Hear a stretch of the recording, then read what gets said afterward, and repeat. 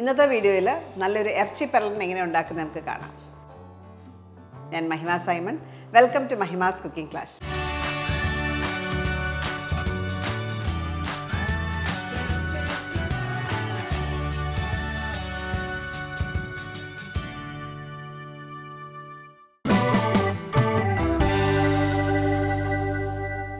പോത്തിറച്ചി പെരളൻ ഉണ്ടാക്കാനായിട്ട് നമുക്ക് ആദ്യം ചെയ്യേണ്ടത് കുറച്ച് പൊട്ടേറ്റോസ് ഒന്ന് ഫ്രൈ ചെയ്തെടുക്കണം. ഈ ഒരു സ്റ്റെപ്പ് ഓപ്ഷനിലാണ്, നമ്മൾ ഏറ്റവും ലാസ്റ്റ് ഗാർണിഷ് ചെയ്യാനായിട്ട് ഉപയോഗിക്കുന്നതാണ്.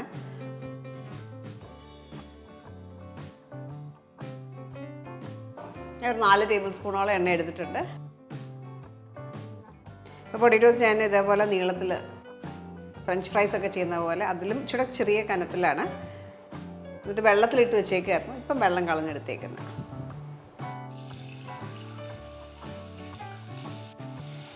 2 പൊട്ടേറ്റോ ആണ് എടുത്തേക്കുന്നത്. ഇത് ഫ്രൈ ചെയ്തെടുക്കാം. 2 ചെറിയ പൊട്ടേറ്റോ.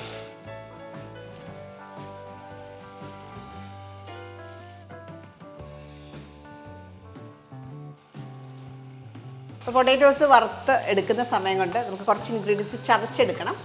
അപ്പം അതിനായിട്ട് ഒരു 4 ചുവന്നുള്ളി, ഒരു ചെറിയ കഷ്ണം ഇഞ്ചി, 10 അല്ലി വെളുത്തുള്ളി, ഇത് ഇത്രയും കൂടെ ചതച്ചെടുക്കാം.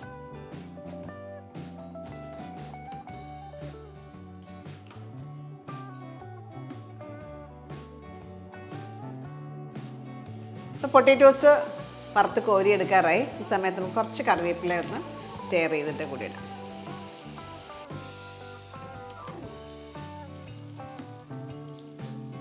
ഇതേപോലെ ഗോൾഡൻ ബ്രൗൺ കളറാകുമ്പോൾ എടുക്കാം.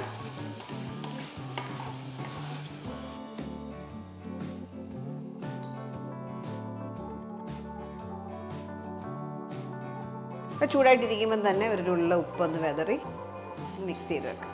മാറ്റി വെക്കാം. പിന്നെ ഈ സെയിം ഓയിലിലേക്ക് തന്നെ നമ്മൾ വെളിച്ചെണ്ണയാണ് യൂസ് ചെയ്ത് ഇതിനകത്തേക്ക് ഒരു വലിയ സവോള സ്ലൈസ് ചെയ്തത് ഇടാം. അതിനൊപ്പം തന്നെ ഒരു പച്ചമുളക് വട്ടത്തിൽ അരിഞ്ഞത്. സവോള നന്നായിട്ടൊന്ന് സോഫ്റ്റ് ആകുന്ന വരെ ഒന്ന് വഴറ്റിയെടുക്കാം. സവോളയൊക്കെ സോഫ്റ്റ് ആയി തുടങ്ങി. ഇനി നമുക്ക് ചതച്ച് വെച്ചേക്കുന്ന മിക്സർ ഈ സമയത്ത് ചേർക്കാം.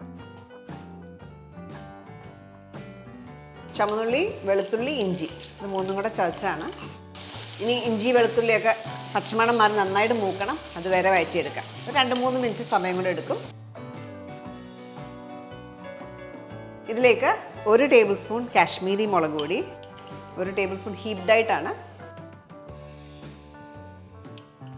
മല്ലിപ്പൊടി 2 ടേബിൾ സ്പൂൺ ലെവല്, 1/4 ടീസ്പൂൺ മഞ്ഞൾപ്പൊടി, 1/2 ടീസ്പൂൺ ഗരം മസാല, ഇത്രയും ചേർക്കാം.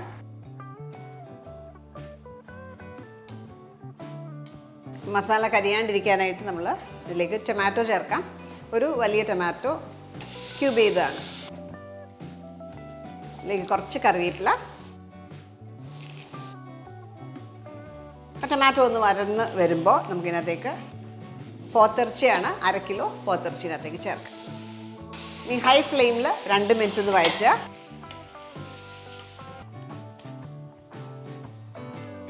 ഇപ്പോൾ 2 മിനിറ്റ് നമ്മൾ ഹൈ ഫ്ലെയിമിൽ കുക്ക് ചെയ്തു. ഇനി നമുക്ക് ഇതിനകത്തേക്ക് ഉപ്പ് ചേർക്കാം. ഇങ്ങനെ ചെയ്യുമ്പോൾ നമുക്ക് മീറ്റിൻ്റെ ടെക്സ്ചർ ഇച്ചിരി ബെറ്ററായിട്ട് കിട്ടും, നല്ല ടെക്സ്ചറായിട്ട് കിട്ടും. 1/2 ടീസ്പൂൺ ഉപ്പ് ചേർക്കാം. ഇനി ആവശ്യത്തിന് വെള്ളം ഒഴിച്ച് വേവിക്കാം.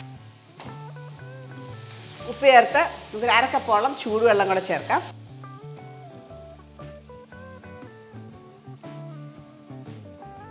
ഒരു വിസിൽ വരെ ഹൈ ഫ്ലെയിമിൽ കുക്ക് ചെയ്യുക.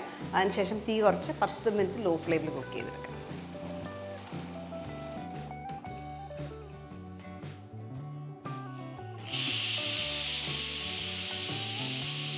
പ്രഷറെല്ലാം പോയി ചെക്ക് ചെയ്യാം.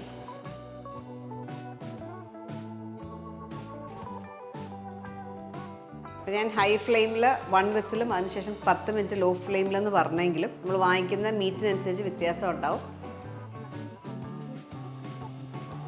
ഈ മീറ്റ് പെർഫെക്റ്റ്ലി കുക്ക്ഡ് ആയിട്ടുണ്ട്, സോഫ്റ്റ് ആയിട്ടുണ്ട്. മതി. വീണ്ടും ഫ്ലെയിമിലേക്ക് ഇടാം.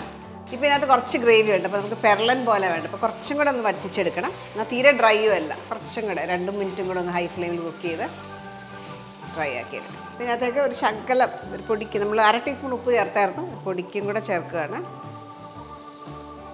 അതേപോലെ 1/2 ടീസ്പൂൺ കുരുമുളക് പൊടി. എപ്പോഴും എരിവ് നോക്കിയിട്ട് ആവശ്യത്തിന് ചേർക്കുക. ഞാനൊരു 1/2 ടീസ്പൂൺ തന്നെ ചേർക്കുകയാണ്.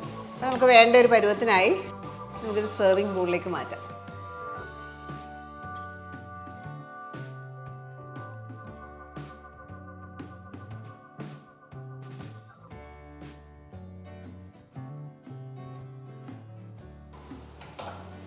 നമ്മൾ നേരത്തെ ഫ്രൈ ചെയ്ത് വെച്ചേക്കുന്ന പൊട്ടറ്റോസ് വെച്ച് ഗാർണിഷ് ചെയ്യാം.